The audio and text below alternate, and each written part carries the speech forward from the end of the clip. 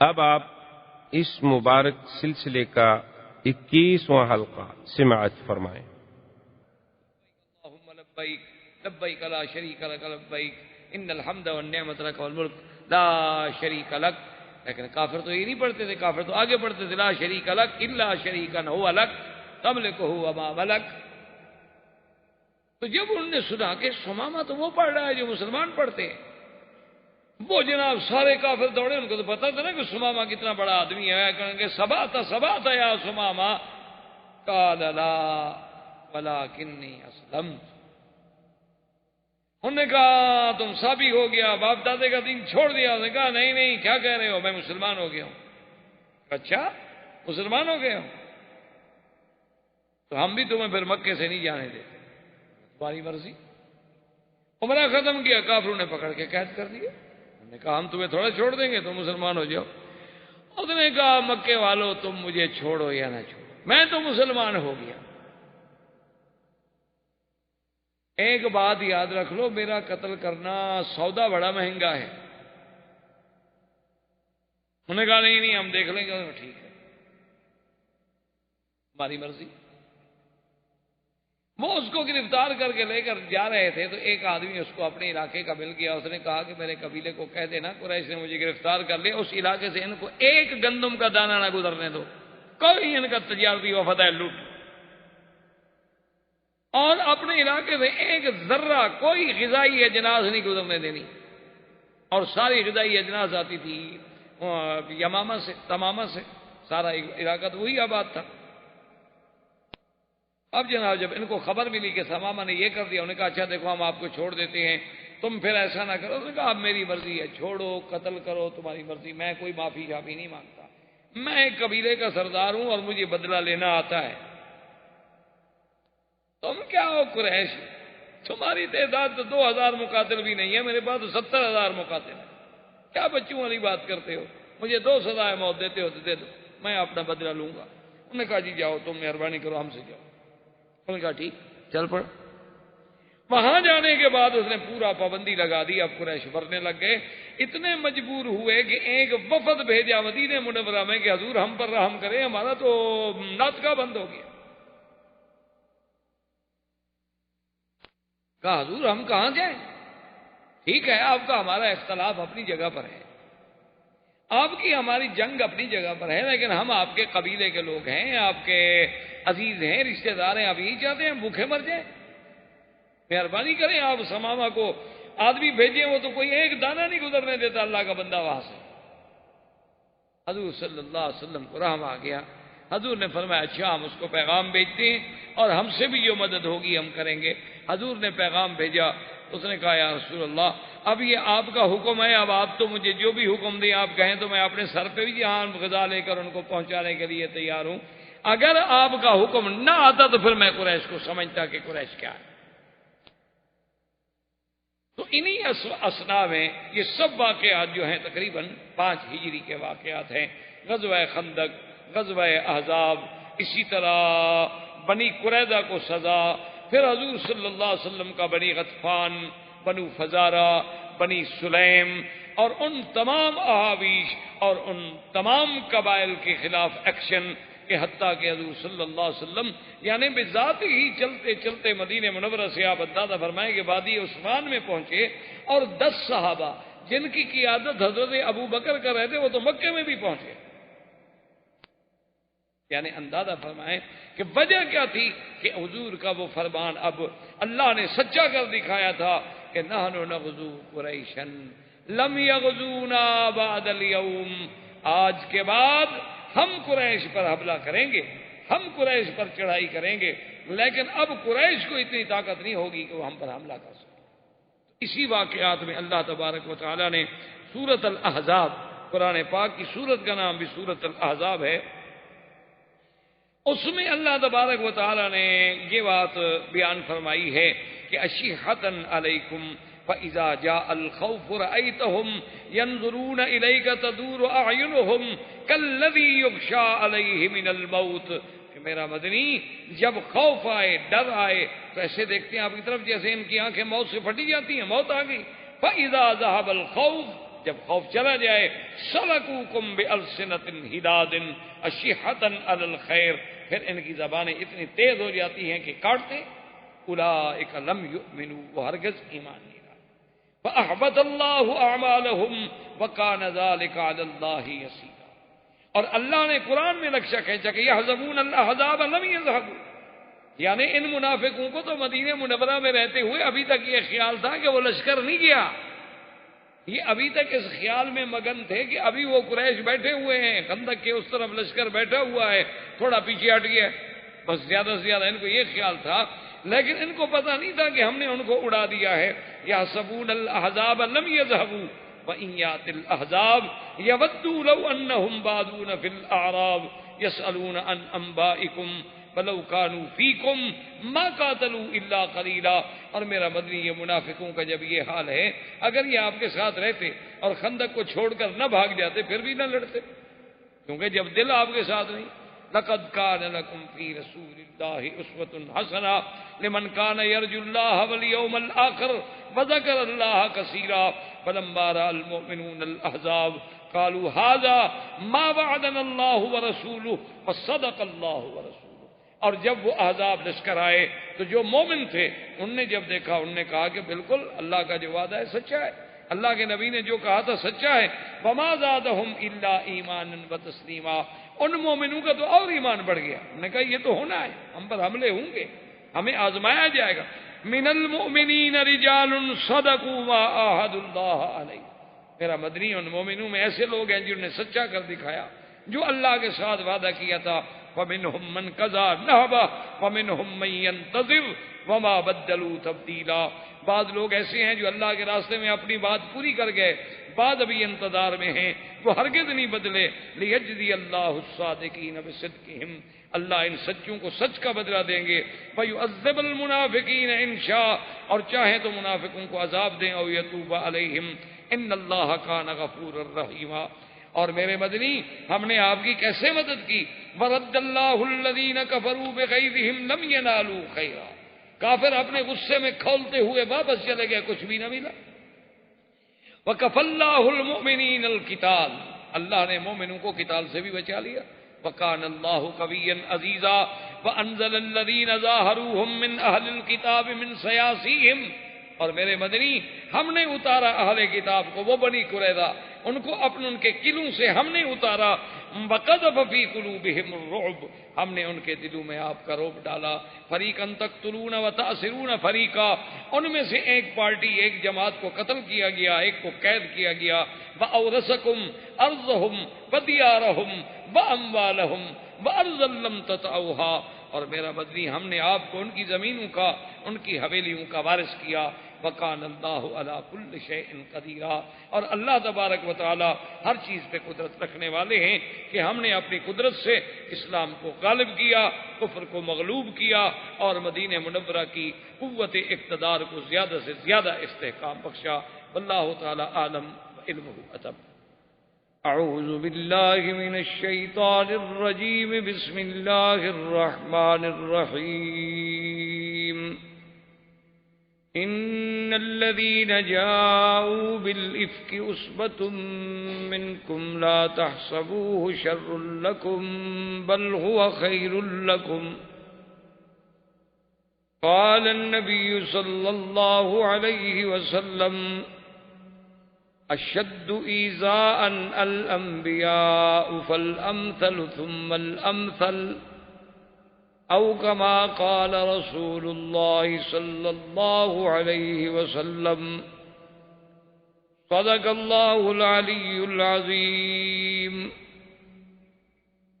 وصدق رسوله النبي الكريم، ونحن على ذلك لمن الشاهدين ومن الشاكرين والحمد لله رب العالمين. برادران اسلام، واجب الاحترام بزرگوں، بھائیوں، عزیز نوجوانوں، سیرت نبی پاک صلی اللہ علیہ وسلم کے سلسلہ درس میں الحمدللہ ہم نے غزوہ خندق یا غزوہ احزاب سمجھ لیں، اور اس کے بعد پھر حضور صلی اللہ علیہ وسلم کا بنی قریظہ پر محاصرہ، اور اللہ نے حضور صلی اللہ علیہ وسلم کو کامیابی عطا فرمائی، یہود کو ذلت و خواری نصیب ہوئی کہ ان کے مقاتلین کو قتل کی سزا دی گئی، اور ان کے باقی جو غلام تھے، عورتیں تھیں، وہ ذراری بن گئے، اور پورا مال غنیمت جو تھا وہ بھی مسلمانوں کو مل گیا۔ اس کے بعد حضور صلی اللہ علیہ وسلم نے یہ فیصلہ فرمایا کہ غزوہ احزاب میں جن لوگوں نے قریش کے ساتھ مل کر، یہود کے ساتھ مل کر مدینہ منورہ پہ چڑھائی کی، ان کو سزا دینی چاہیے تاکہ آئندہ کوئی قبیلہ جرأت نہ کرے۔ تو حضور صلی اللہ علیہ وسلم نے مختلف سرایا بھیجے، کیونکہ اس میں بنی فزارہ نے بھی حملہ کیا تھا، بنو سلیم نے بھی حملہ کیا، سلیم نے بھی حملہ کیا تھا، بنو غطفان نے بھی حملہ کیا تھا، احابیش نے بھی حملہ کیا تھا، یہود نے بھی حملہ کیا تھا، قریش نے بھی حملہ کیا تھا، بنو ثقیف نے بھی، بڑے بڑے قبائل سارے اکٹھے ہوئے۔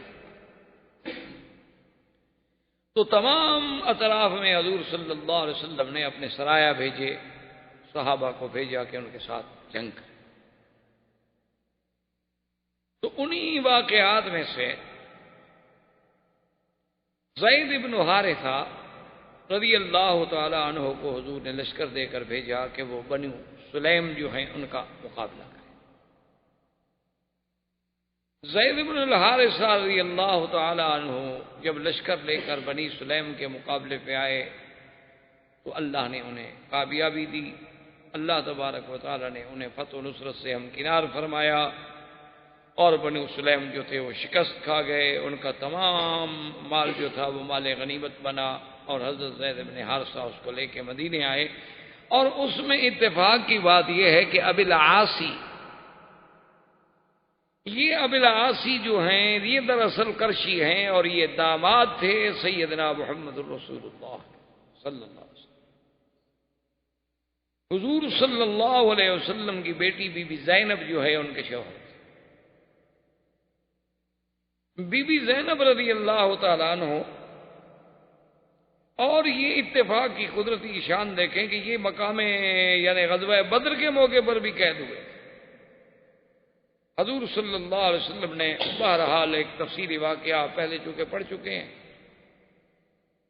آپ نے ان کو چھوڑ دیا تھا، اور نے یہ وعدہ لیا تھا کہ بھئی آپ اب مکے میں جا کر میری بیٹی کو مدینہ بھیج دیں، کیونکہ اب تو کافر اور مسلمان کا کوئی اجتماع ہو نہیں سکتا ہے۔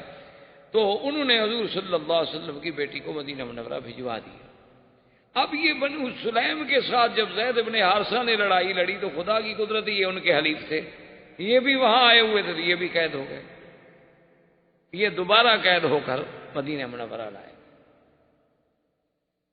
تو بی بی زینب جو ان کی زوجہ تھیں اور سرکار دو جہاں صلی اللہ علیہ وسلم کی بیٹی تھی، ان کو پتہ چلا کہ میرا شوہر جو ہے قید بھی ہو گیا ہے اور مدینے بھی آ گیا ہے۔ اسے پتہ تھا کہ قیدیوں کو اب معافی تھوڑی ملے گی، اور یہ تو پھر دوبارہ قید ہو کے آ رہا ہے۔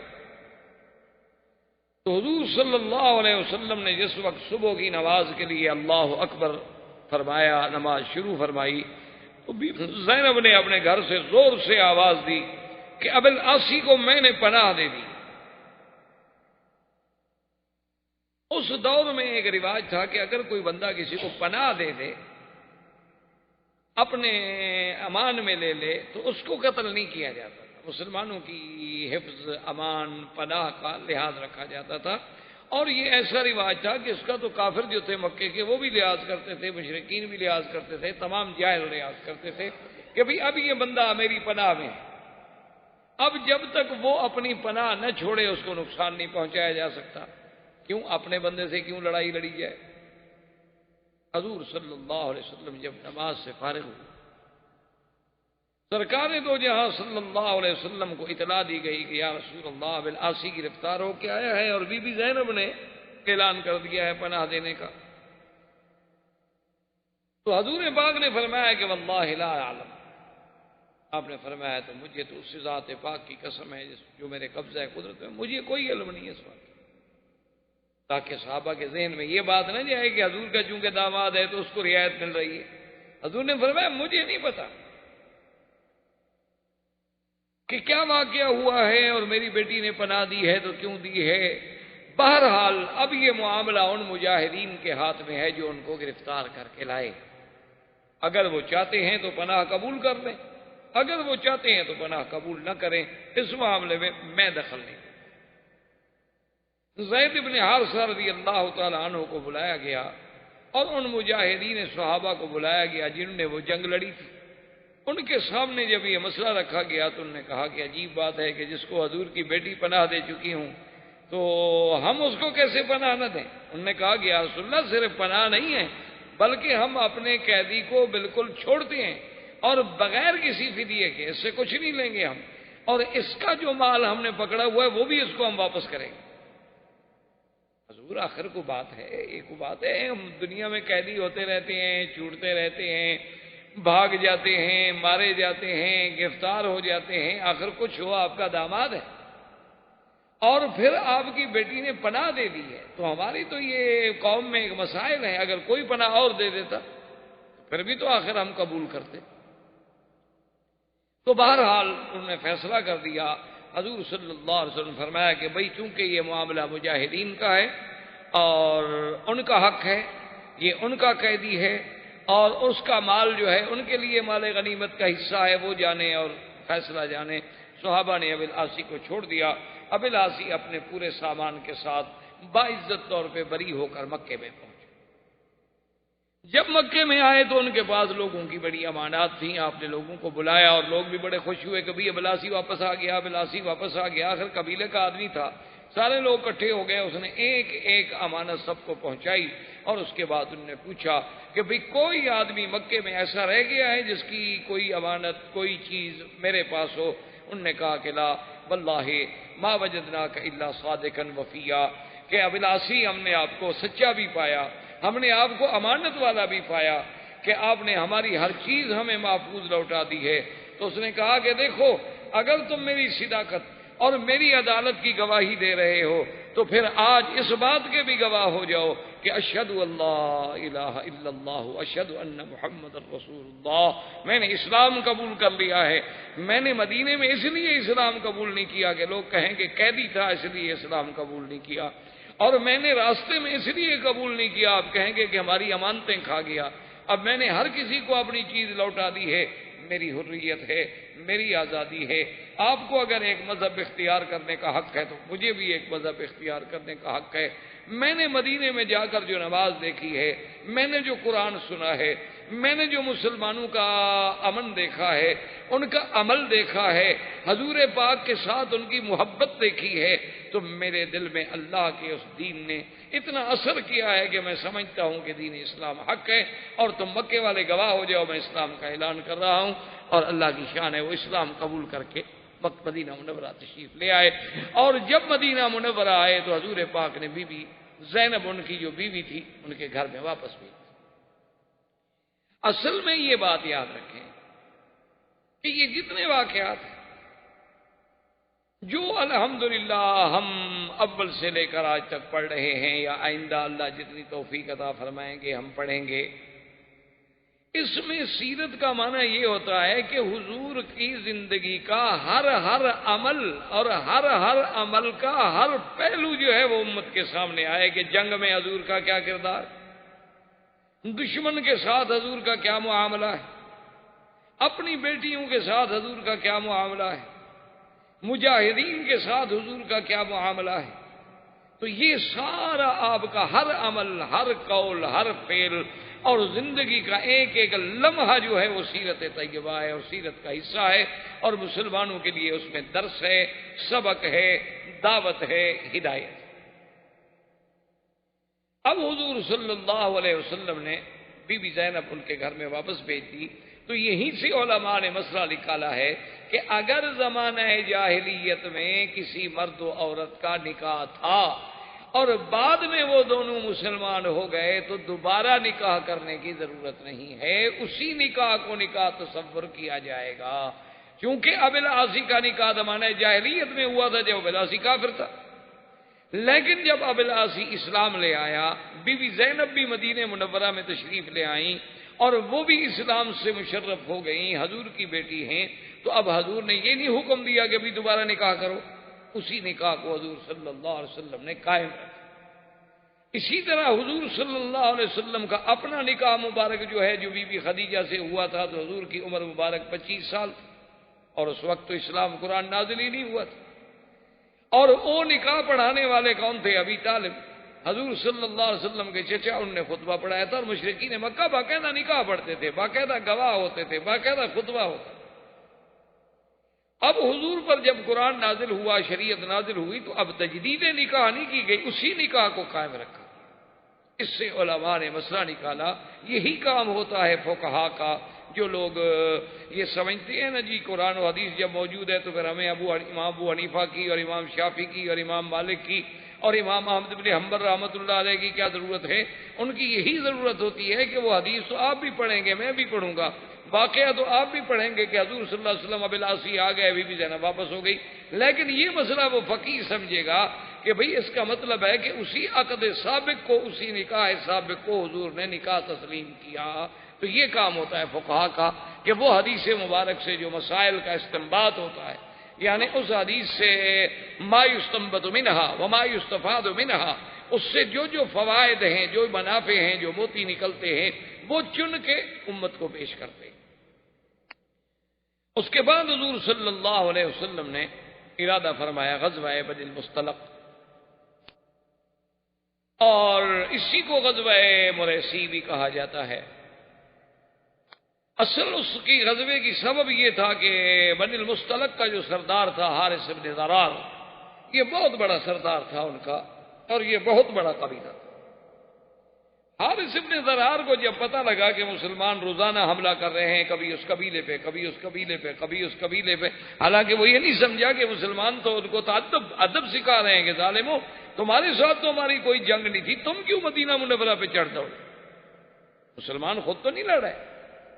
اور یاد رکھیں مسلمان کبھی فساد نہیں کرتا، اسلام کبھی فساد نہیں کرتا۔ جہاد اور فساد میں تو آسمان و زمین کا فرق ہے، جہاد اور فساد ایک نہیں ہوتا۔ اسلام نے پوری تاریخ اسلام اٹھا کر دیکھ لیں، جہاں جہاں بھی اللہ نے اسلام کو قوت دی ہے اور طاقت دی ہے، اسلام نے تو امن، سلامتی، رواداری، معافی کا اپنا کردار پیش کیا ہے۔ وہ کہیں فاتح بن کر فتح کے نشے میں آ کر اس نے ایسا نہیں کیا ہے کہ مفتو قوموں کی عزتیں اجاڑ دے، اس نے تو سب کی حفاظت کی۔ لیکن حارث بن ضرار کے دماغ میں یہ بات آئی کہ بھی مسلمان ہر قبیلے سے لڑ رہے ہیں، تو کیوں نہ ہم اپنے قبیلے کو پہلے سے تیار کر کے مسلمانوں پہ حملہ کر دیں۔ اس نے جنگ کی تیاری شروع کی، اور حضور صلی اللہ علیہ وسلم کو خبر ملی کہ حارث بن ضرار جو ہے، قبیلہ بنی المصطلق جو ہے، وہ اپنی لشکر جو ہے تیار کر رہے ہیں مدینہ منورہ پر چڑھائی کرنے کے لیے۔ حضور کو جب خبر ملی تو حضور نے فرمایا نحن نغزو ولم یغزونا، ہم چڑھائی کریں گے، وہ نہیں چڑھائی کر سکتے ہم۔ اچھا، ان میں اتنی جرأت ہو گئی ہے کہ وہ مدینہ منورہ پر پھر حملہ کرنا چاہتے ہیں؟ حضور نے فرمایا لشکر تیار۔ لشکر تیار ہونے کے بعد حضور صلی اللہ علیہ وسلم خود بھی ساتھ، آپ نے فرمایا اچھا ان میں اب اتنی جرأت ہو گئی ہے کہ وہ پھر مدینہ منورہ پر دوبارہ حملہ کرنا چاہتے ہیں، تو حضور پاک نے سریہ نہیں بھیجا بلکہ خود بھی غزوے میں شریک۔ اور اس کا بڑی تفصیل سے واقعہ ہے، بہرحال قصہ ہے مختصر کہ اللہ نے حضور صلی اللہ علیہ وسلم کو فتح دی۔ حارث بن ضرار جو تھا، اور اتفاق ایسا ہے کہ وہ فتح بھی ایسی ہوئی، ایسی فتح ہوئی کہ ایسی فتح کا کوئی تصور ہی نہیں کر سکتا کہ جنگ شروع ہوتے ہی ان کا سردار حارث بن ضرار اور 10 آدمی جو تھے مارے گئے، اور ان کا پرچم گر گیا، اور سب لشکری جو تھے انہیں ہتھیار ڈالے کہ بھئی یہ تو ایک ہی حملے میں مسلمان نے ہمارے 10 بڑے بڑے سورما جو تھے مار ڈالے، تو آگے کیا ہوگا؟ اور وہ قبائل کے لوگ تھے، انہوں نے دیکھا کہ ہمارا سردار بھی مارا گیا، اور 10 بڑے بڑے ہمارے جنگجو جو تھے وہ بھی مارے گئے، اور بڑی بات یہ ہے کہ ہمارا پرچم جو تھا وہ نیچے گر گیا، اس کا مطلب ہے کہ ہماری شکست واضح ہے، تو لہٰذا انہوں نے بھی ہتھیار ڈال دیے، شکست ہو گئی۔ یہ حارث ابن ضرار کی بیٹی تھی جویریہ بی بی، یہ قیدیوں میں حضور صلی اللہ علیہ وسلم کے حصے میں آئی۔ حضور پاک نے اسے آزاد فرمانے کے بعد نکاح فرمایا اور اپنی بیوی بنا کے امہات المومنین میں شامل فرمایا۔ یہ بی بی جویریہ وہ بی بی ہیں کہ جن کے بارے میں سیدہ عائشہ صدیقہ رضی اللہ تعالی عنہ فرماتی ہیں کہ واللہ ما رأیت احدا، میں نے اپنے امرأتن لہا تکریم کتکریم جویریہ، میں نے ایسی عورت آج تک روئے زمین پہ نہیں دیکھی کہ جس کی وجہ سے اتنی بڑی عزت ملی ہو اس کی قوم کو۔ جب بی بی جویریہ سے حضور نے نکاح فرمایا تو سارے صحابہ اکٹھے انہوں نے کہا خدا کے بندے یہ سوچو کہ بی بی جویریہ حضور کی بیوی بن گئی، اس کی قوم کے جو ہمارے پاس غلام ہیں وہ تو حضور کے سسرال ہیں، یہ تو ہمارے لیے بہت بڑا مسئلہ ہو گیا۔ پھر بی بی جویریہ سے حضور نے شادی فرما لی ہے، اب ان کے سارے رشتہ دار ہم نے پکڑے ہوئے ہیں، ہمارے پاس غلام ہیں، ابھی ہم تو بھئی آزاد کرتے ہیں، ہم تو حضور کے رشتہ داروں کو غلام نہیں بنا سکتے، سب نے آزاد کر دی۔ تو بی بی جویریہ کی وجہ سے پوری قوم کو آزادی مل گئی، تمام قوم کے غلام جو تھے وہ آزاد ہو گئے۔ اس لیے بی بی عائشہ فرماتی ہیں کہ ایسی عورت تو ہم نے کوئی نہیں دیکھی کہ جس کی عزت کی وجہ سے پوری قوم چھوٹ جائے۔ اور بی بی جویریہ کی شادی جو تھی وہ بھی ایک عجیب حسن اتفاق ہے کہ بی بی صاحبہ فرماتی ہیں کہ اس واقعے سے 3 راتیں قبل میں نے خواب دیکھا کہ ایک چاند مدینہ منورہ سے چلا ہے، وہ بدر میں آتا ہے، بدر سے پھر وہ ہمارے قبیلے کے اوپر آتا ہے اور اس کے بعد آسمان سے اترتے اترتے اترتے میری گود میں آ جاتا ہے۔ تو میں نے اسی وقت سوچ لیا تھا کہ اس چاند سے مراد اور کوئی نہیں ہو سکتا ما سوا محمد رسول، کیونکہ ایسے واقعات پہلے بھی گزر چکے تھے، قرآن و حدیث میں بھی ایسے واقعات آ چکے تھے کہ جب سیدنا یوسف نے خواب دیکھا تھا، انہوں نے کیا خواب دیکھا تھا کہ انی رأیت 11 کوكبا والشمس والقمر رأیتهم لی ساجدین، کہ 11 تارے اور سورج چاند، تو 11 تارے سے مراد ان کے بھائی تھے اور سورج چاند سے مراد حضرت یعقوب تھے اور ان کی خالت، تو ان کی تشبیہ جو تھی وہ بھی تو پھر پیغمبر کے ساتھ۔ اس لیے بی بی جویریہ فرماتی ہیں کہ جب میں نے یہ خواب دیکھا تو میں نے اسی وقت سمجھ لیا تھا کہ کوئی بات ضرور ہے، چاند سے مراد تو حضور محمد مصطفیٰ، اور میری گود میں کیسے آ گئے، یہ کیسے ہوتا ہے، مجھے کیسے ملیں گے، یہ بات ابھی میں سوچ رہی تھی اور 3 دن کے بعد میں حضور کی بیوی بن گئی۔ اور بعین ہی اسی طرح بی بی عائشہ صدیقہ رضی اللہ تعالی عنہا نے خواب دیکھا کہ ایک چاند آسمان سے اترتا ہے اور میرے کمرے میں آ کے غائب ہو جاتا، اس کے بعد پھر ایک اور چاند اترتا، وہ بھی میرے حجرے مبارک میں آ کے غائب ہو جاتا ہے، اور اس کے بعد پھر ایک اور چاند اترتا ہے، وہ بھی میرے حجرے میں آ کے غائب ہو جاتا ہے۔ اتنے میں صبح ہو جاتی ہے، میری آنکھ کھل جاتی ہے، اور سیدنا ابی بکر رضی اللہ تعالی عنہ تعبیر رویا میں بہت بڑے ماہر، یعنی حضور صلی اللہ علیہ وسلم سے جب کوئی خواب پوچھنے آتا تو حضور یا تو خود تعبیر عطا فرما دے یا کہتے ابو بکر تم تعبیر دیا۔ تو بی بی عائشہ فرماتی ہیں کہ میں نے اپنے ابا جان سے یہ اپنا خواب بیان کیا تو سیدنا ابو بکر چپ ہو گئے۔ میں نے کہا ابا جان کی تعبیر دیں، فرمایا اچھا عائشہ جب وقت آئے گا تو میں تعبیر بتلا دوں گا۔ اور کہتی ہیں کہ فلما توفی رسول اللہ صلی اللہ علیہ وسلم ودفن فی حجرتی، جس دن حضور پاک کی وفات ہوئی اور حضور سرکار دو جہاں میرے حجرے میں دفن ہوئے تو میرے ابے نے کہا کہ عائشہ ھذا اول قمر من اقمارک، آج پہلا چاند تو تیرے گھر میں آ گیا۔ اس کے بعد پھر سیدنا صدیق دفن ہوئے، اس کے بعد پھر سیدنا عمر دفن۔ تو سیدہ عائشہ نے جو خواب دیکھا تھا وہ خواب بعین ہی اسی طرح سچا۔ اب حضور صلی اللہ علیہ وسلم جب واپس آ رہے تو قاعدہ یہ ہوتا تھا کہ راستے میں جہاں کوئی چشمہ ہوتا تھا چھوٹا موٹا پانی کا وہیں پڑاؤ ڈالا جاتا تھا کہ بھئی کچھ پانی بھی پی لیا جائے، کچھ جانور بھی پانی پی لیں، اونٹ گھوڑے بھی پانی پی لیں، اور کسی نے کچھ اللہ نے توفیق دی ہے کچھ کھانا پکانا ہے تو وہ بھی کھا لے۔ تو ایک چھوٹے سے چشمے پر، اور ویسے اصول یہ بنایا تھا صحابہ نے کہ چشمے پر جب قافلہ اتر جاتا تو سب سے پہلے جو لوگ ہیں وہ بھیجے جاتے کہ حضور پاک کے لیے پانی بھر، تاکہ آپ کی ضرورت جو ہے سب سے پہلے پوری کی جائے، اس کے بعد پھر صحابہ پانی پر۔ تو ایک شخص تھے جن کا نام تھا جہجاہ، یہ حضرت عمر کے غلام تھے اور یہ مہاجر تھے، یعنی مکے کے رہنے والے، مکے سے آنے والے۔ اور ایک آدمی تھے سنان، وہ انصار کے رہنے والے یعنی مدینہ منورہ کے رہنے والے تھے، اور ان کا تعلق جو ہے بے اعتبار قبیلے کے عبداللہ ابن ابی ابن سلول کے ساتھ، لیکن سنان مسلمان تھے پکے۔ اب جب جہاں پہنچے، یہ حضرت عمر کے خادم تھے، مشکیدہ لے کے پہنچے کہ حضور کے لیے اور ابو بکر عمر کے لیے پانی بھر لیں۔ سنان پہنچے، انہوں نے کہا میں پانی بھروں گا۔ انہوں نے کہا تمہیں پتہ نہیں ہے کہ پہلے پانی ہم بھریں گے؟ انہوں نے کہا نہیں میں بھروں گا۔ تو اسی میں دونوں کی اللہ رحمت فرمائے، تھوڑی بات بڑھتی گئی تو وہاں ایک لکڑی پڑی تھی، تو اس نے لکڑی اٹھا کے مار دی سنان کو۔ کیا جان انسان ہے، اور شیطان تو یجری کا مجری الدم، شیطان تو ایسے دوڑتا ہے نا انسانوں میں جیسے خون گردش کرتا ہے۔ تو جب ان کو لکڑی لگی تو اس نے کہا یا للانصار، اور جہاں نے کہا یا للمہاجرین، سب نے اپنے اپنے قبائل کو بلانا شروع کر دیا، اور دونوں طرف سے قبیلے بھاگے جناب، موقع پہ آئے، پانی پہ اکٹھے ہوئے، تلواریں نکل آئیں۔ کہ عرب لوگ جو تھے، یہ تو آپ کو پتہ ہے نا، یہ قبائل کی زندگی تھی، یہ تو چھوٹی چھوٹی سی بات پر قتل کر دینا، لڑائی، یہ تو معمولی سی بات ہوتی۔ یعنی اگر آپ ان کی تاریخیں اٹھا کے دیکھیں تو حیران ہوں گے کہ ایک دفعہ ان کی ایک بڑی مشہور لڑائی ہے، وہ پتہ ہے کیوں ہوئی تھی؟ اس کا سبب یہ تھا کہ دو قبائل کے سردار تھے،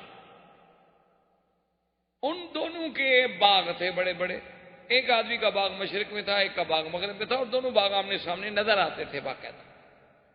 تو ایک بار اسے کوئی پرندہ، کوئی چڑیا، اللہ عالم یا کیا پرندہ تھا، وہ اڑا، اڑنے کے بعد دوسرے کے باغ میں آیا، تو اس نے کہا تمہارے باغ سے چڑیا اڑ کے میرے باغ میں کیوں بیٹھے؟ اس پہ لڑائی شروع ہوئی اور 300 آدمی مارے گئے کہ وہ چڑیا ادھر کیوں آئی تھی بھائی، اور اس کا کوئی علاج ہے؟ اسی طرح بھی آپ دیکھ لیں افغانستان میں کیا ہو رہا ہے، یعنی تمام قبائل جو مشترک ہو کر مل کر روس سے لڑتے رہے، دشمن سے لڑتے رہے، اور جنہوں نے کمیونزم کے اس فلسفے کو ہمیشہ کے لیے سمندر میں غرق کر دیا، اور جنہوں نے اتنی بڑی قوت کو کہ جس میں پتہ نہیں شہر تھوڑے ہیں اور ایٹم بم زیادہ ہیں، ان کو ٹکڑے ٹکڑے کر دیا، اور جن کے جوش سے برلن کی دیواریں ٹوٹ گئی۔ جب جنگ سے فارغ ہو گئے تو آپس میں لڑ پڑے۔ کیوں فارغ کیسے بیٹھے؟ اب آدمی عادی ہو جاتا ہے نا، 15-16 سال لڑائی کرتے کرتے، فارغ کیسے عادی ہو؟ اس میں کوئی شک نہیں ہے کہ اب حق پر وہ ہیں کہ جن کو علاقہ ملا اور انہوں نے قرآن نافذ کر دیا۔ اب ان کے ساتھ لڑنا جو ہے تو سیدھی بات ہے کہ خلاف اسلام ہے، لیکن چین نہیں آتا۔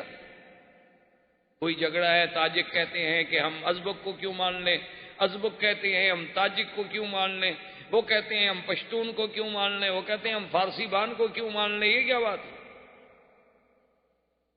تو یہ قبائل جو ہیں نا، اللہ پاک رحمت فرمائے، یہ بہرحال عجیب سے ہوتے ہیں۔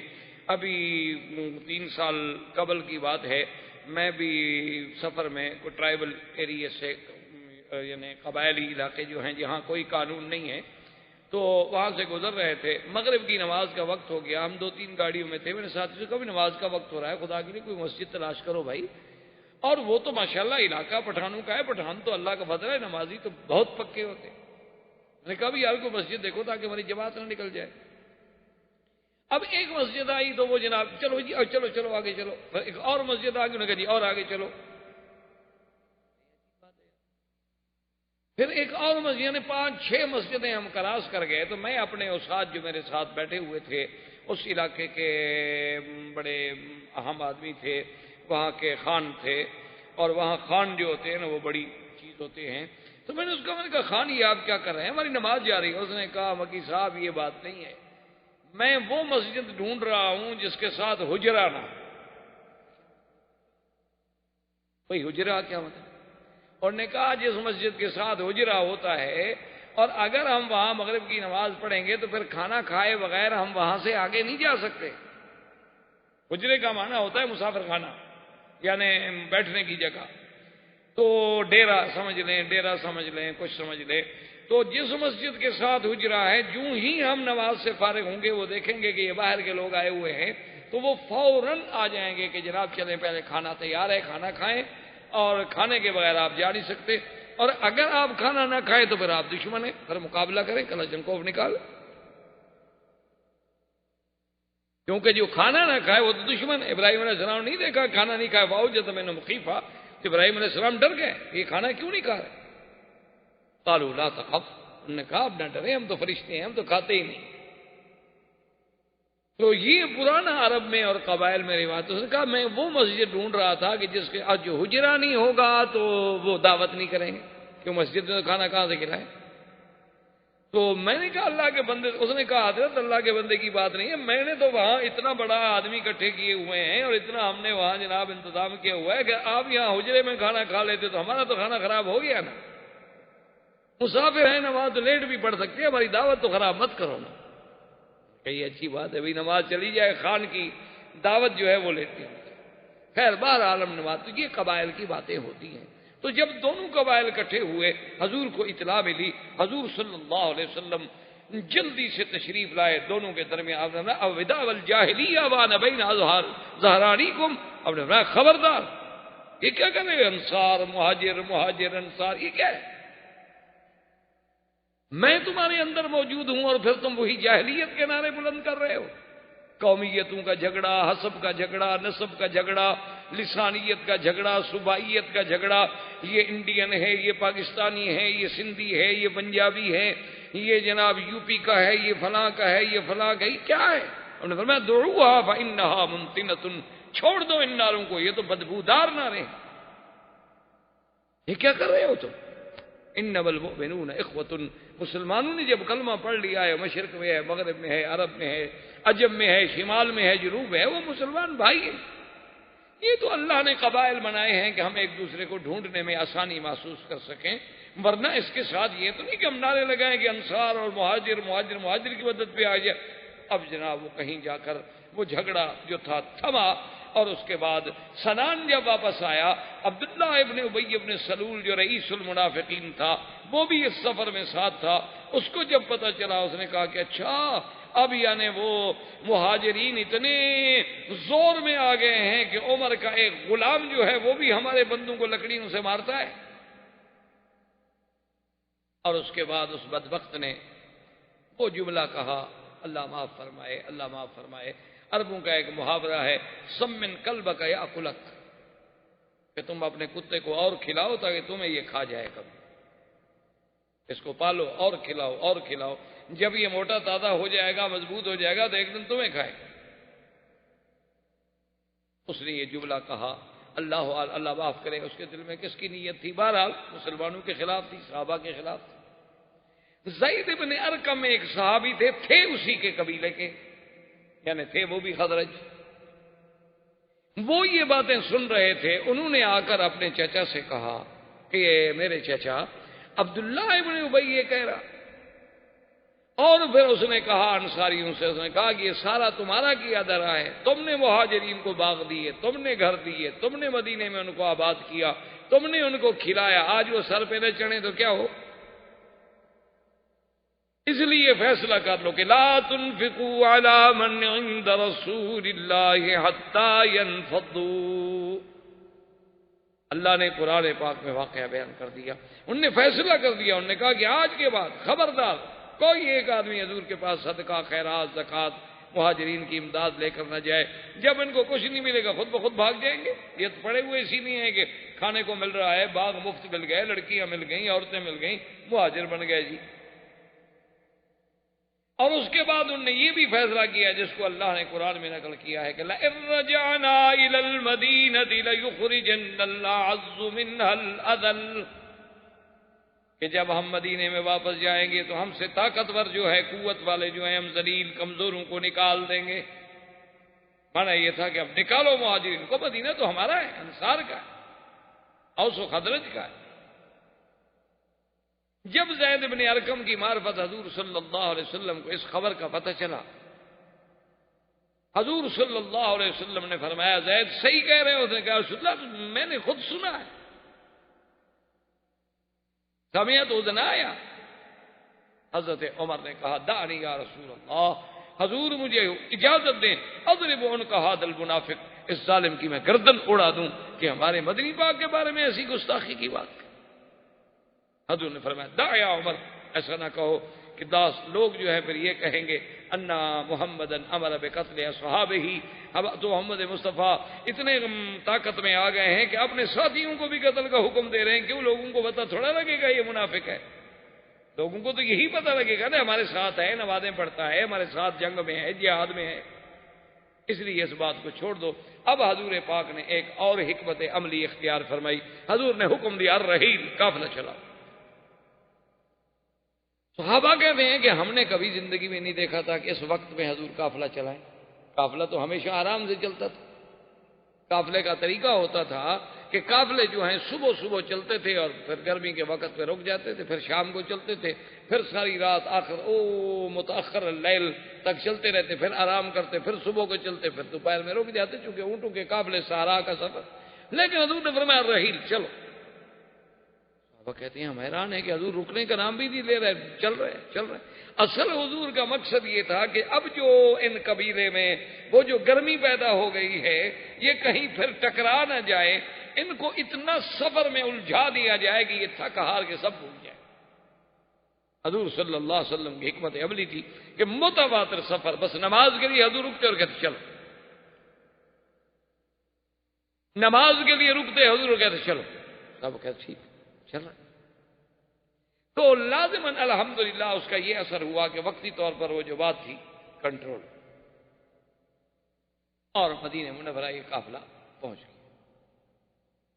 لیکن خدا کی قدرت دیکھیں اور اللہ کی شان دیکھیں کہ ایسے واقعات میں اور ایسے سفر میں عظیم عظیم عبرتیں، عظیم عظیم واقعات، حوادث پیش آتے،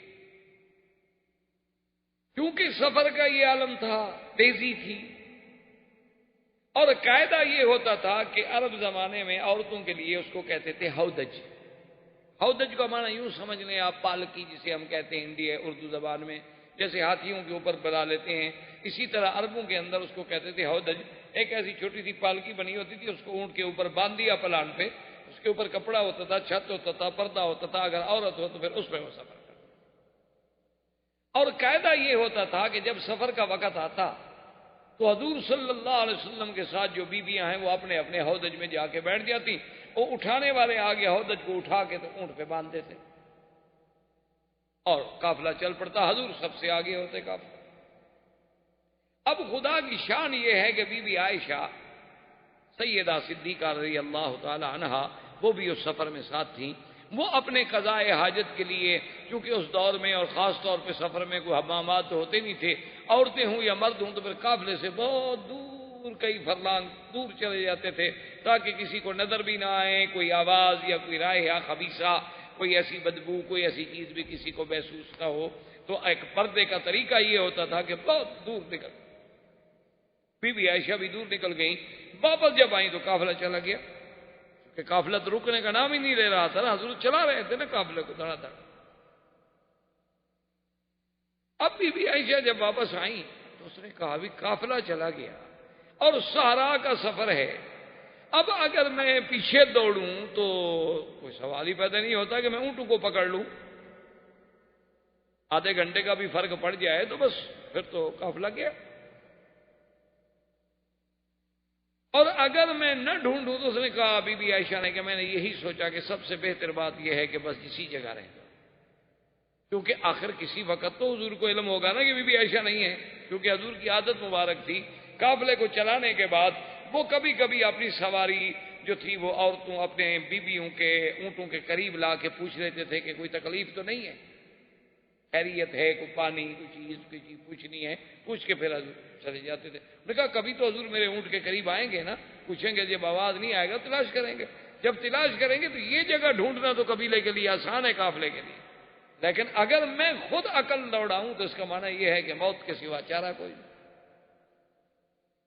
حضور صلی اللہ علیہ وسلم نے ایک اور انتظام بھی فرمایا تھا کہ ایک صحابی تھے جن کا نام تھا صفوان ابن معطل، بڑے شان والے سے حضور نے ان کے ذمے ایک ڈیوٹی لگائی ہوئی تھی کہ تم جو ہے کم از کم 4-6 گھنٹے قافلے سے پیچھے رہا کر، اکیلے راستہ تمہارا یہی ہوگا جس راستے پہ ہمارا قافلہ جا رہا ہے، جہاں جہاں قافلہ پڑاؤ کرے گا اور وہاں سے وہ منزل چھوڑے گا تو تم 4-6 گھنٹے بعد وہاں پہنچو گے، وہاں آگے ذرا دیکھ لو کسی کی کوئی چیز رہ گئی ہو، کوئی تلوار رہ گئی ہو، کوئی سلاح رہ گیا ہو، کوئی سامان رہ گیا ہو تو وہ اپنی اونٹنی پہ رکھ لیا اور پھر قافلے کو پہنچا دیا، کیونکہ انسان ہے، اونٹوں کے سفر ہیں، گھوڑوں کے سفر ہیں، تو کئی چیزیں بھول جاتا ہے آدمی۔ حضرت صفوان ابن معطل فرماتے ہیں کہ میں اپنے اونٹنی پر جب آیا تو دور سے مجھے ایک سایہ سا محسوس ہوا کہ کوئی کپڑا لے کے جیسے کوئی بندہ لیٹا ہوتا ہے، اور میں جب قریب آیا دیکھا تو کپڑا لے کے بیٹھی ہوئی ہیں بی بی عائشہ، چونکہ میں نے پردے سے پہلے دیکھا ہوا تھا بی بی کو، تو میں نے فوراً اندازہ لگا لیا کہ بی بی عائشہ، میں نے کہا عائشہ، انہوں نے کہا چپ کر گئی، میں نے کہا اللہ کی بندی تم کیسے اکیلے یہاں رہ گئے؟ قافلہ چلا گیا، تم اکیلی عورت؟ بی بی عائشہ کہتے ہیں، حضرت صفوان فرماتے ہیں کوئی بات نہیں، اور اس کے بعد حضرت صفوان نے صرف یہی کہا کہ لا حول ولا قوت الا باللہ، لا حول ولا قوت الا باللہ، اللہ کی قدرت ہے، پتہ نہیں کیا ہو۔ اور کمال ہے کہ حضور اتنے سفر میں اپنی بیوی کا بھی خیال نہیں فرمایا۔ تو بی بی عائشہ کہتی ہیں کہ واللہ ما رأیت رجلا امینا ولا کریم، میں نے ایسا شخص نہیں دیکھا سخی بھی اور امانت والا، کہ انہوں نے آ کے میرے قریب اونٹ اپنے کو بٹھایا اور خود دور چلے اور پشت دے کر کھڑے ہو گئے تاکہ میں اونٹ میں بیٹھ جاؤں، اونٹ پہ چڑھتے ہوئے بیٹھتے ہوئے، ممکن ہے عورت ہے نا، چادر اتر جائے، دوپٹہ اتر جائے، کچھ ہو جائے، دور کھڑے ہو گئے۔ جب ان کو تسلی ہو گئی کہ اب میں اونٹ پہ بیٹھ گئی ہوں گی تو آئے اور مہار پکڑی اور چل۔ حضور صلی اللہ علیہ وسلم کو راستے میں علم ہوا تو آپ نے فرمایا کوئی بات نہیں، الحمدللہ خیر ہے، پیچھے صفوان جو آ رہا، اب کسی کو دوبارہ بھیجنے کی کیا ضرورت ہے کہ ہم تلاش کریں، اسی لیے تو ہم نے ایک آدمی رکھا ہے قافلے کو ڈھونڈنے میں۔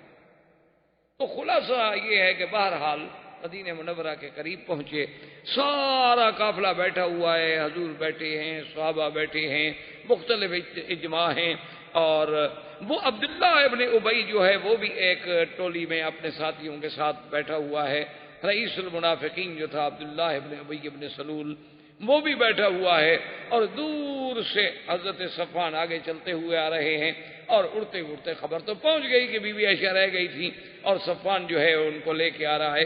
جب وہ قریب آئے تو اس بدبخت نے کہا کہ واللہ ما نجا منہا ولا نجت من، کہنے لگا بہرحال یہ نہیں ہو سکتا کہ وہ اس سے بچ گئی ہو یا یہ اس سے بچ گیا ہو، ایک جوان لڑکی ہو، ایک جوان آدمی ہو، سارا ہو، علیحدہ ہو، یہ ہو نہیں سکتا کہ بچ گئے، نعوذ باللہ ثم نعوذ باللہ، یعنی اتنی بڑی تہمت۔ اور یہ بات ایسا ایسا ایسا چل نکلی۔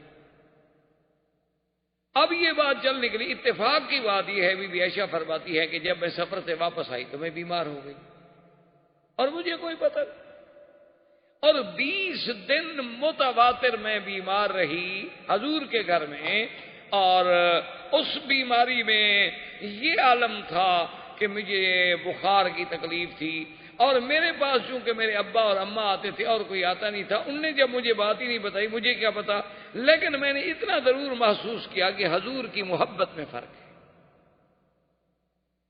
حضور صلی اللہ علیہ وسلم کا جو التفات تھا، جو حضور کا محبت تھی اور توجہ تھی، میرے ساتھ آگے بات کرتے تھے، مجھے بہلاتے تھے، مجھے تسلی دیتے تھے، خاص طور پہ مجھے اگر بخار ہو یا تکلیف ہو تو پھر حضور کافی ٹائم میرے ساتھ بیٹھتے تھے، صرف حضور تشریف لاتے اور آگے اتنا پوچھ رہے تھے کئی فتیکم، کیا حال ہے اس کا، اور اس کے بعد چلے۔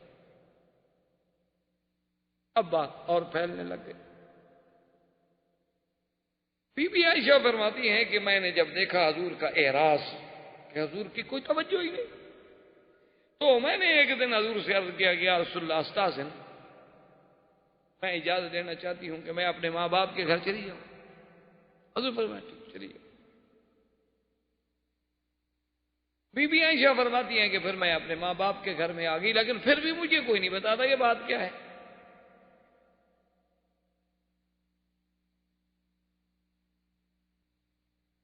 تو ایک رات میں اپنے حاجت انسانی کے قضاء کے لیے، چونکہ اس زمانے میں بھی یہی تھا کہ گھروں میں کوئی حمام نہیں، کوئی بیت الخلاء نہیں، کچھ نہیں، عورتیں باہر جاتی تھیں دور رات کو نکل کے، تو ہم دور جا رہے تھے اپنے قضاء حاجت کے لیے، تو میرے ساتھ مستہ ایک صحابی ہیں، ان کی والدہ جو ہے وہ بھی میرے ساتھ سفر کر رہی تھی۔ ان کا چادر جو تھا وہ پاؤں میں الجھا، تو بی بی مستہ جو تھی وہ گری، زمین پہ گری، اور گرتے ہوئے ان کے منہ سے فوراً نکلا کہ تائس مستہ، اللہ مستہ کو ہلاک کر دے۔ عائشہ فرماتی ہے میں تو گھبرا گئی، میں کھڑی ہو گئی، میں نے کہا ماذا تقولی نہیں آؤ مستہ اما تعلمین انہ بدری، میں مستہ کیا کہہ رہی ہوں؟ تم یہ نہیں جانتی کہ وہ صحابی ہے اور بدر کا صحابی ہے، بدری ہے، تم اس کے بارے میں یہ بات کر رہی ہو؟ تو وہ کھڑی ہوگی، انہوں نے کہا عائشہ تمہیں پتہ نہیں؟ کیا؟ نے کہا تمہیں پتہ نہیں کہ مستہ کیا کہہ رہا ہے؟ ابھی بھی کیا پتا مستہ کیا کہہ رہا ہے، وہ تو صحابی ہے، بدری ہے، حضور کا غلام ہے۔ اس نے کہا کہ پھر مستہ نے مجھے سارا واقعہ سنایا کہ کیسے تم قافلے سے پیچھے رہ گئیں، کیسے صفوان کے ساتھ پہنچیں، عبداللہ ابن ابی ابن سلول نے کیا کہا، اس کے بعد یہ باتیں پھیلنا شروع ہو گئیں، تو اس میں میرا بیٹا مستہ، حمنہ بنت جہش اور حضرت حسان جیسا شاعر رسول اللہ، بڑے بڑے مسلمان بھی الجھ گئے، کیونکہ جب بات نکلتی ہے تو اثر رکھتی۔ اسی لیے کسی نے کہا نا کہ جو بات نکلتی ہے اثر رکھتی ہے، پر نہیں طاقت پرواز مگر رکھتی۔ اب بات اڑنی شروع ہو گئی، پھر قصے بنتے گئے، پھر ہر آدمی اپنے عقل کے مطابق سوچتا کہ ہاں جی بات تو ٹھیک ہے، ایک نوجوان لڑکی ہو اور جنگل ہو، اکیلا مرد ہو، یار یہ کیسے ہو سکتا ہے؟ ہر آدمی پھر اپنی سوچ اختر کی بات کا لوگوں نے افسانہ کر دی، لیکن اللہ نے جن کو اچھی سوچ دی ہے وہ اس وقت بھی اچھی سوچ دی۔ حضرت ابو ایوب الانصاری رضی اللہ تعالی، جو حضور صلی اللہ علیہ وسلم کے مدینہ منورہ میں سب سے پہلے میزبان، انہوں نے جب یہ واقعہ سنا گھر میں آئے، اپنی بیوی کو یہ بات سنائی، اور اس کے فوراً بعد یہ کہا ابو ایوب نے اپنی بیوی سے کہ میری بیوی لو کنت مکانت عائشہ، اگر تم عائشہ کے بجائے ہوتی تو کیا تم یہ گناہ کر لیتی؟ کہا کہ واللہ لا، کوئی شریف عورت بھی گناہ کا سوچ سکتی ہے؟ کوئی حرہ، کوئی آزاد، کوئی شریف، کوئی قبیلے کی عورت، خاندان کی عورت گناہ کے بارے میں تو سوچ ہی نہیں سکتی۔ اس نے کہا اچھا میری بیوی یہ بتاؤ، اگر صفوان ابن معطل کے بجائے میں ہوتا اس جگہ پہ تو تم میرے بارے میں کیا گمان کرتی ہو؟ اس نے کہا کہ واللہ ما رأیت منک الا خیرا، میں نے تو تم میں بھی بھلائی کے علاوہ کبھی کچھ نہیں دیکھا، مجھے یقین ہے کہ تم بھی گناہ نہیں کر سکتے۔ تو ابو ایوب نے کہا کہ فاسمعی ان عائشہ خیرا منک صفوان ابن المعطل خیر منک، کہ میری بیوی پھر سن لو، عائشہ تم سے بہتر ہے اور صفوان مجھ سے بہتر ہے۔ جب ہم گناہ نہیں کر سکتے تو انہوں نے گناہ کیسے کیا ہوگا؟ جب ہم گناہ کے بارے میں نہیں سوچ سکتے تو جو ہم سے خیر ہیں، جو ہم سے بہتر ہیں، وہ کیسے گناہ کریں؟ لیکن بی بی عائشہ فرماتی ہیں کہ جب میں نے یہ قصہ سنا تو میرے تو پھر دماغ سے ہر بات ہی اڑ گئی کہ اچھا حضور صلی اللہ علیہ وسلم کا نہ بولنا، حضور صلی اللہ علیہ وسلم کا عدم التفات، تو اس کی وجہ یہ ہے اتنا بڑا حادثہ ہو گیا ہے مدینے میں اور مجھے پتہ بھی نہیں۔ میں آئی بکیت بکاء، پھر میں نے رونے کے علاوہ میرے پاس کیا تھا؟ سرکار دو جہاں صلی اللہ علیہ وسلم نے مسجد نبوی میں اعلان فرمایا لوگوں سے کہ سب جمع ہو۔ جب سب لوگ جمع ہو گئے، حضور نے خطبہ پڑھا، حمد اللہ واسنا علیہ، اللہ کا حمد و ثنا بیان کی۔ آپ نے فرمایا کہ یا ایھا الناس، لوگوں اب وہ بات بھی ہو گئی ہے کہ ان الناس یؤذونی فی اہلی، کہ لوگ مجھے میرے اہل کے بارے میں بھی تکلیف دینے پر آ گئے ہیں۔ واللہ ما علمت علی اہلی خیرا، اللہ کی قسم ہے میں نے تو اپنی بیویوں پہ، اپنے اہل پہ ماں سوائے بھلائی اور خیر کے کبھی کچھ گناہ غلطی دیکھی نہیں ہوتی، لیکن لوگ مجھے ایذا دیتے۔ تو ایک صحابی تھے اسید بن حضیر کھڑے،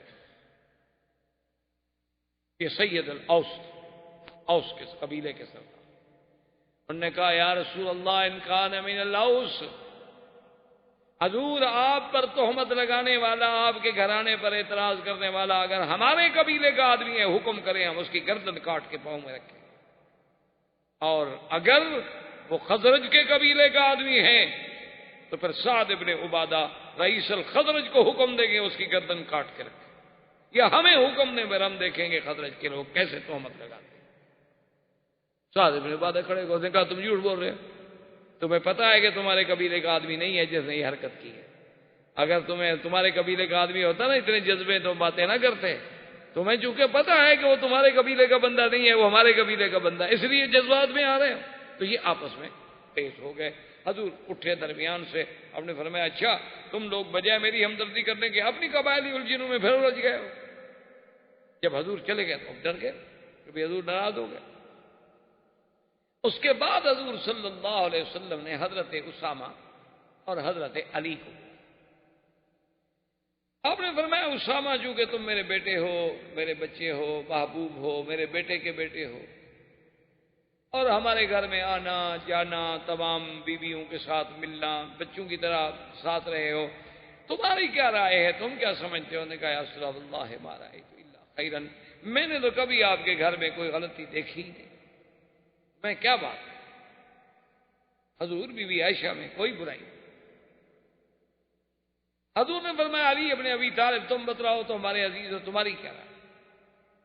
تو حضرت علی کہتے ہیں کہ خدا کی قسم ہے میرا مقصد صرف یہ تھا کہ حضور کے ذہن پر جو بوجھ ہے نا وہ کسی طرح اتر جائے۔ میں نے کہا یا رسول اللہ ایک عورت کی وجہ سے اتنا اہمیت دینی اور اتنا دکھ پریشانی لے لینی کیا ضرورت ہے؟ آپ کچھ شادی کرنا چاہیے اور شادی کر لو، بس کیا ہے؟ اگر ایسی کوئی بات ہے تو ایک عورت کا ہی ہے نا مسئلہ،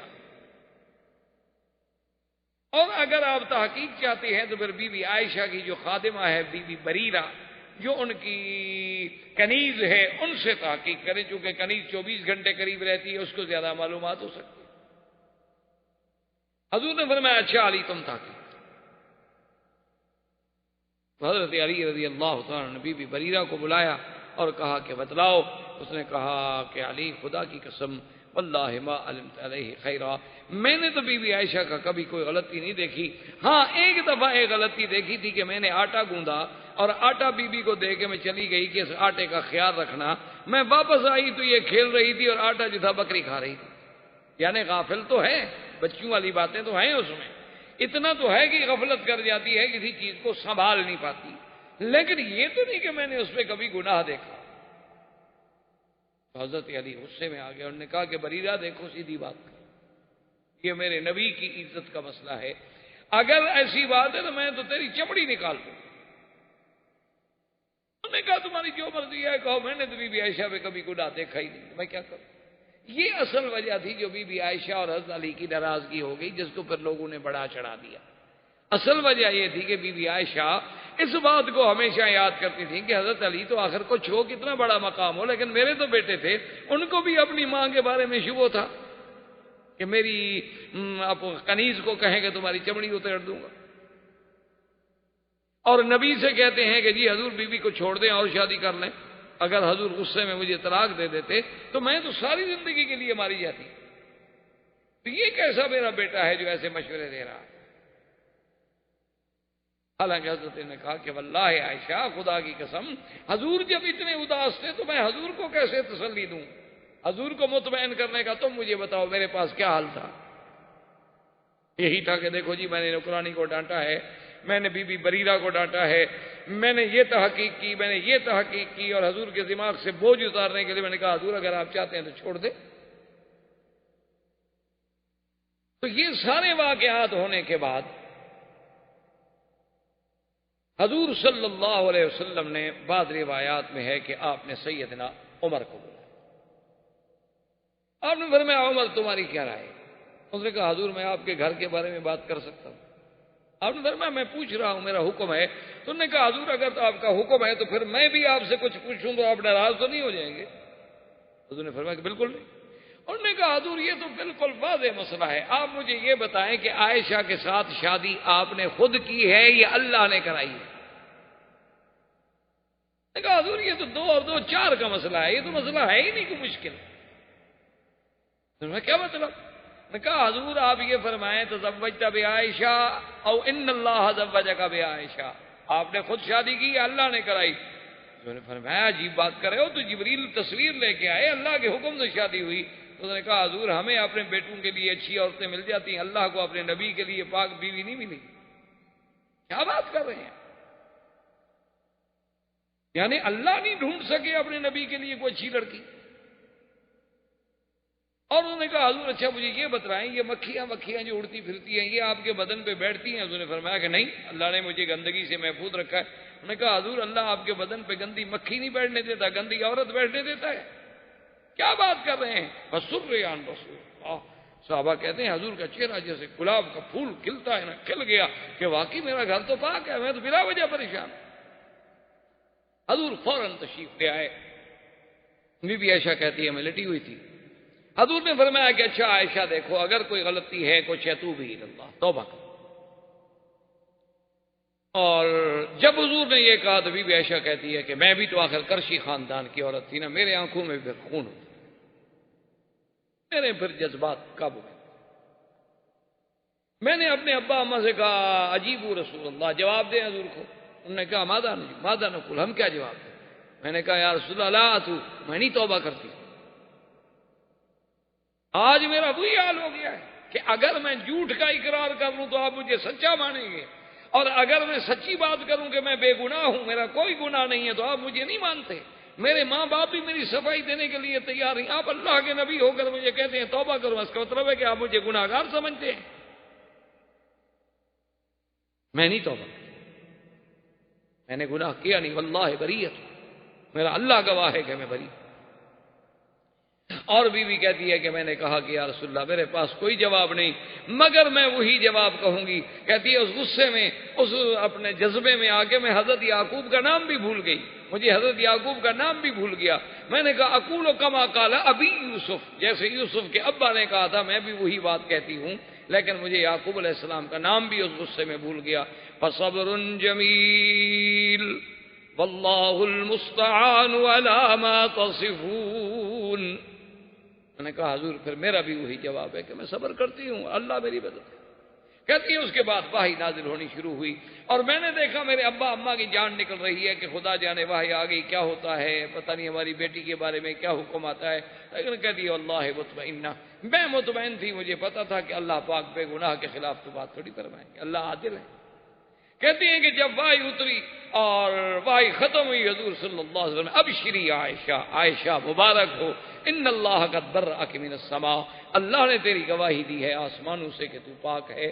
حضرت ابی بکر نے کہا قومی عائشہ فشکری رسول اللہ, عائشہ اٹھو اللہ کے نبی کا شکریہ ادا کرو. عائشہ کہتی میں نے کہا لا اشکر رسول اللہ, میں اللہ کے نبی کا شکریہ ادا نہیں کرتی, آپ نے مجھ پر کون سا اعتماد کیا ہے. انی اشکر الذی انزل الوحی من العرش, میں اس کا شکر ادا کروں گی جس نے عرش سے میری گواہی. اور بی بی عائشہ فرماتی ہیں خدا کی قسم ہے مجھے یہ امید نہیں تھی کہ میرے بارے میں قرآن اترے گا اور قیامت تک پڑھا جائے گا. میں سمجھتی تھی کہ زیادہ سے زیادہ اللہ حضور کے دل میں بات ڈال دیں گے کہ بھی آپ کی بیوی پاک ہے, یا زیادہ سے زیادہ حضور صلی اللہ علیہ وسلم کو خواب دکھلا دیا جائے گا کہ آپ کی بیوی پاک ہے. لیکن میں یہ امید نہیں کر سکتی تھی کہ میرے بارے میں اللہ قرآن اتاریں گے اور قرآن قیامت تک پڑھا جائے گا. لولا اذ سمعتموہ قلتم ما یکون لنا ان نتکلم بہذا سبحانک ھذا بہتان عظیم. اللہ نے قرآن کا پورا رکوع اتارا بی بی عائشہ صدیقہ کی شان. اسی لیے آج دیکھیں دنیا میں اختلاف ہے کہ بھی شیعہ کافر ہے یا نہیں ہے, لیکن اس پہ پوری دنیا کے علماء اہل سنت کا اتفاق ہے کہ جو آدمی بی بی عائشہ کو پاک نہ سمجھتا ہو اس کے کفر میں کوئی شک نہیں, کیونکہ بی بی عائشہ کی برات تو قرآن میں ہے. اب جو بی بی عائشہ کو پاک نہ سمجھے اس کا مطلب یہ ہے کہ اس نے قرآن کا انکار کر دیا، اس نے تو اللہ کے فرمان اور قرآن کی ایک آیت کا انکار جو ہے وہ کفر ہے۔ تو بی بی عائشہ کو اللہ نے یہ عظمت اور یہ شان عطا فرمائی، اور اللہ نے حکم دیا کہ جن لوگوں نے، اچھا خدا کی قدرت دیکھو کہ جو منافقین تھے انہوں نے تو بات کی نا طریقے سے، لیکن مسلمان بیچارے تو کھل کے بات کہہ بیٹھے۔ تو 3 مسلمانوں جن میں حضرت حسان، حضرت مصطح اور بی بی حمنہ، ان کو جھوٹی تہمت لگانے کے کوڑے لگائے گئے، اور حضرت ابو بکر صدیق نے جو مصطح پہ خرچ کرتے تھے، آپ نے فرمایا واللہ لا انفق بعد ذلک، خدا کی قسم ہے کہ مصطح آج کے بعد پھر میں تمہارے اوپر خرچ نہیں کروں گا کہ تم بھی میری بیٹی پہ تہمت لگانے میں شریک ہو جاؤ اور میں تمہارے گھر کے خرچے برداشت کروں۔ اللہ نے قرآن نازل کیا، الا تحبون ان یغفر اللہ لکم واللہ غفور الرحیم، کیا تم یہ نہیں چاہتے ہو کہ تم بھی معاف کر دو جیسے اللہ نے معاف کر دیا ہے؟ تو حضرت صدیق نے کہا تبت الی اللہ، میں قسم کا کفارہ دوں گا، مصطح پہلے جو میں تمہیں خرچ دیتا تھا اب اس سے دگنا خرچ ادا۔ تو یہ سارے واقعات جو ہیں یہ 5 ہجری کے بعد پیش آئے، 6 ہجری کی ابتدا ہو چکی تھی، زندگی باقی تو بات باقی۔ وما علینا الا البلاغ، السلام علیکم ورحمۃ اللہ وبرکاتہ۔ برادران اسلام، واجب الاحترام بزرگوں، دوستوں، بھائیوں، عزیز نوجوانوں، دروس سیرہ نبویہ کے ضمن میں سرکار دو جہاں صلی اللہ علیہ وسلم کی سیرت طیبہ ابتدا سے لے کر اختصار کے ساتھ ہم 6 ہجری کے واقعات پہ پہنچے تھے، جس میں افق سیدہ عائشہ رضی اللہ تعالی عنہ، اور اس عظیم واقعے کے بعد براءت سیدہ عائشہ رضی اللہ تعالی عنہ کے بعد سرکار دو جہاں صلی اللہ علیہ وسلم نے ایک خواب دیکھا،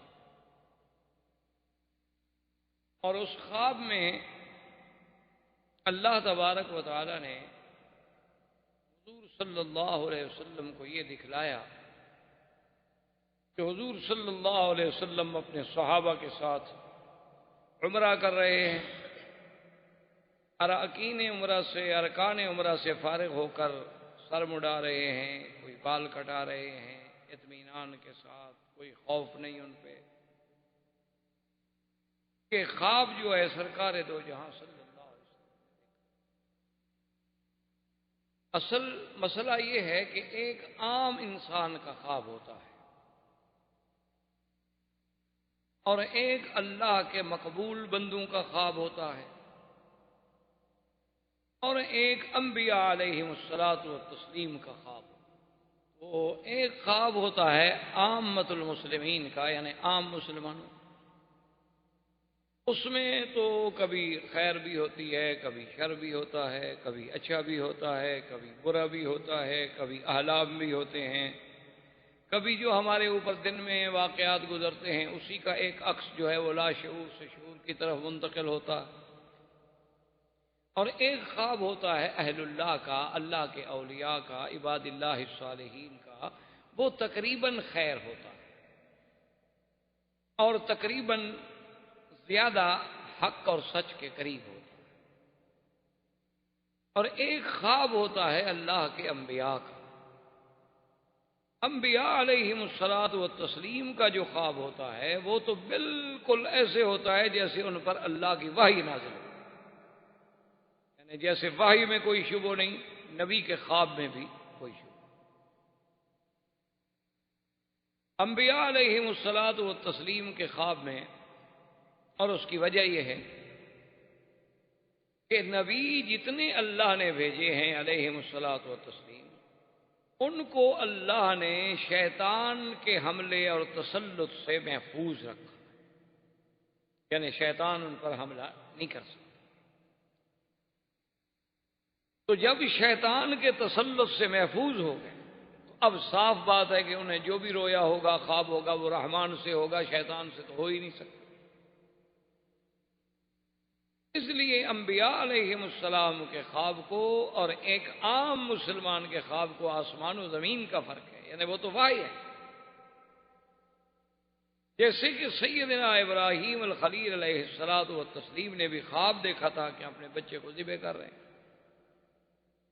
اور اس کے بعد بڑا تفصیل سے واقعہ ہے۔ اب اس ضمن میں تو صرف چونکہ بعض اہم باتیں میں عرض کرنے کی کوشش کرتا ہوں تاکہ معلومات ہو جائیں۔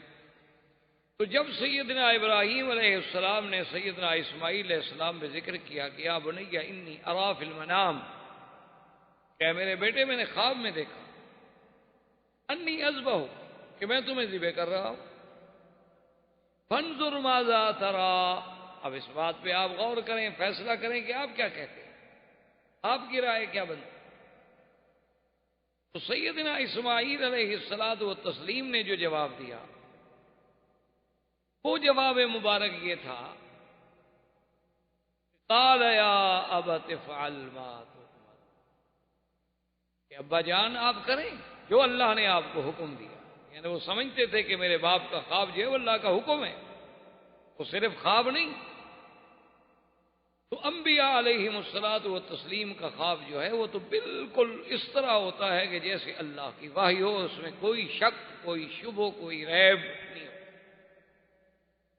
اور اس ضمن میں ایک بات آپ کو یہ بھی عرض کر دوں کہ اگر آپ کبھی خواب دیکھیں اور وہ خواب ڈراؤنا ہے، خطرناک ہے، اس کا علاج بھی سرکار دو جہاں صلی اللہ علیہ وسلم نے بتا دیا ہے کہ اپنے بائیں طرف تھوک دیں۔ یہ ضروری نہیں ہوتا کہ تھوک ہی ڈالیں، مقصد تو یہ ہے کہ شیطان کو لعنت کر دی، اور اس کے بعد 3 دفعہ لا حول ولا قوت الا باللہ العلی العظیم پڑھیں، اور اپنی کروٹ بدل کے دوسری کروٹ پہ سو جائیں، اور اس کے بعد کسی کو ذکر نہ کریں، آپ کو اس خواب کا کوئی نقصان نہیں ہوگا، کسی کو بھی نہ بتائیں،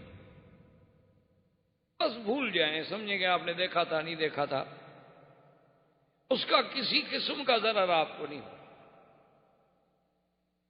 اور اگر آپ نے خواب دیکھا ہے اور آپ کو سمجھ نہیں آ رہا کہ بھئی پتہ نہیں یہ خیر ہے، شر ہے، اچھا ہے، برا ہے، اس کے بارے میں حضور کا حکم ہے کہ خواب ہر کسی پر ذکر نہ کریں، اس بندے پہ ذکر کریں جو آپ کا خیر خواہ بھی ہو اور علم بھی رکھتا ہو۔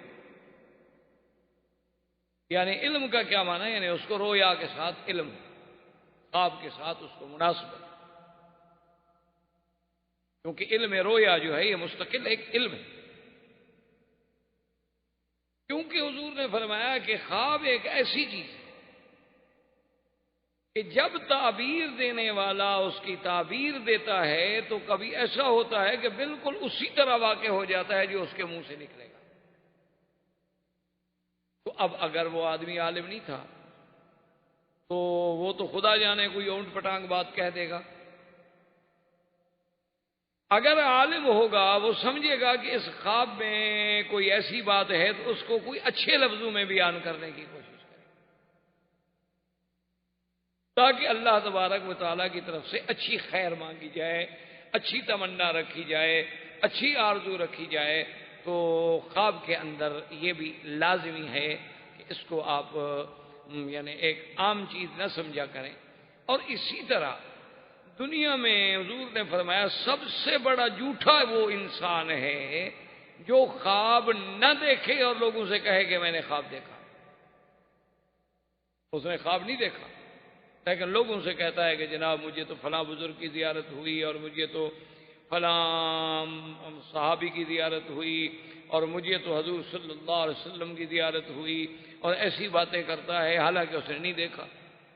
کیونکہ اس قسم کی بات جھوٹ بولنا یہ گویا افتراء علی اللہ ہے، اللہ پر جھوٹ بولنا ہے، کیونکہ اگر اچھا خواب ہے وہ تو خدا دکھاتے ہیں، اس نے دیکھا تو ہے نہیں اور جھوٹ بول رہا ہے۔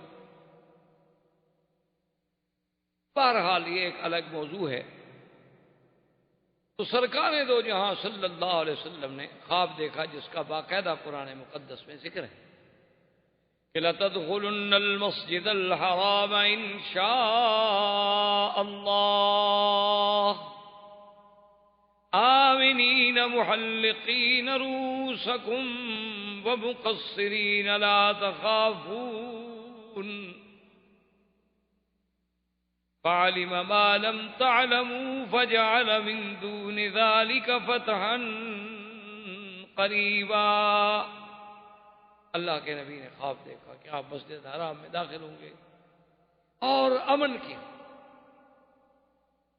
اور پھر بعض محلقین رؤوسکم و مقصرین، تم میں سے کوئی سر منڈانے والے ہوں گے، کوئی بال کٹانے والے ہوں گے، اور کوئی خوف نہیں۔ جب سرکار دو جہاں صلی اللہ علیہ وسلم نے یہ خواب دیکھا، خواب دیکھنے کے بعد آپ نے اعلان فرما دیا کہ میں نے عمرے پہ جانا ہے، اور جو آدمی اپنی خوشی سے، اپنی خواہش سے، اپنی تمنا سے عمرے پہ جانا چاہیں وہ میرے ساتھ عمرے پہ چلیں، اور جو آدمی نہ جانا چاہے کوئی پابندی نہیں۔ تو بہرحال حضور صلی اللہ علیہ وسلم کے ساتھ تقریباً جو صحیح روایات میں موجود ہے 1400 صحابہ تیار ہوئے جنہوں نے عمرے کا ارادہ فرمایا۔ حضور صلی اللہ علیہ وعلا آلہ و اصحابہ وسلم صحابہ کو لے کر مدینہ منورہ سے روانہ ہوئے، اور ذوالحلیفہ پر، جسے آج کل بیر علی کہتے ہیں، جو آج کل مشہور جگہ ہے مدینہ منورہ سے 6-7 کلومیٹر کے فاصلے پہ، اسے ابیار علی کہا جاتا ہے، بیر علی کہتے ہیں، پرانے دور میں اس کا نام ذوالحلیفہ۔ بعض لوگوں نے یہ کہانیاں بھی بنا رکھی ہیں کہ جی یہاں ایک دیہ ہوتا تھا اور حضرت علی نے اس کو پکڑ کے کنویں میں قید کر دیا تھا، اس لیے اس کنویں کا نام بیر علی رکھ دیا گیا۔ یہ سب کہانیاں ہیں، من گھڑت اور جھوٹی باتیں ہیں جس کا حقیقت سے کوئی تعلق نہیں۔ عرب کی عادت ہے کہ وہ اپنے ابیار کو، اپنے باغات کو، اپنے زمینوں کو، اپنے عمارتوں کو، اپنی جائیدادوں کو جس کی ہو اس کے نام کے ساتھ منسوب کر دیتے۔ حضور صلی اللہ علیہ وسلم نے وہاں سے احرام باندھا اور میقات سے آپ نے عمرے کی نیت۔ اسی لیے علماء کرام کا اتفاق ہے، جمہور ائمہ اربعہ کا، کہ آدمی جب میقات پہ آئے تو بغیر احرام کے سیدھا حرم آ رہا ہو تو مکے میں داخل نہ ہو۔ وہ بعض ائمہ اس بات کی رعایت دیتے ہیں کہ بھی اگر ایک آدمی نوکری کے لیے گیا ہے یا ڈپٹی کے لیے گیا ہے یا کسی دوست کو ملنے گیا ہے، اس کی نیت عمرے کی تھی ہی نہیں، تو اگر وہ احرام نہ باندھے تو اس پہ دم نہیں پڑے گا۔ لیکن امام ابو حنیفہ رحمۃ اللہ علیہ اس مسلک میں بہت سخت ہیں، وہ فرماتے ہیں کہ بالکل نہیں، میقات سے آپ بغیر احرام کے نہیں گزر سکتے۔ اور یہ پہلے بھی میں نے آپ سے عرض کیا تھا کہ امام ابو حنیفہ رحمۃ اللہ علیہ، اللہ سب ائمہ پہ رحمتیں فرمائے، اللہ سب پہ اپنی کروڑوں رحمتیں نازل فرمائے، لیکن وہ مسئلے کا احوط پہلو لیتے ہیں، یعنی ایک ایسا پہلو اختیار کر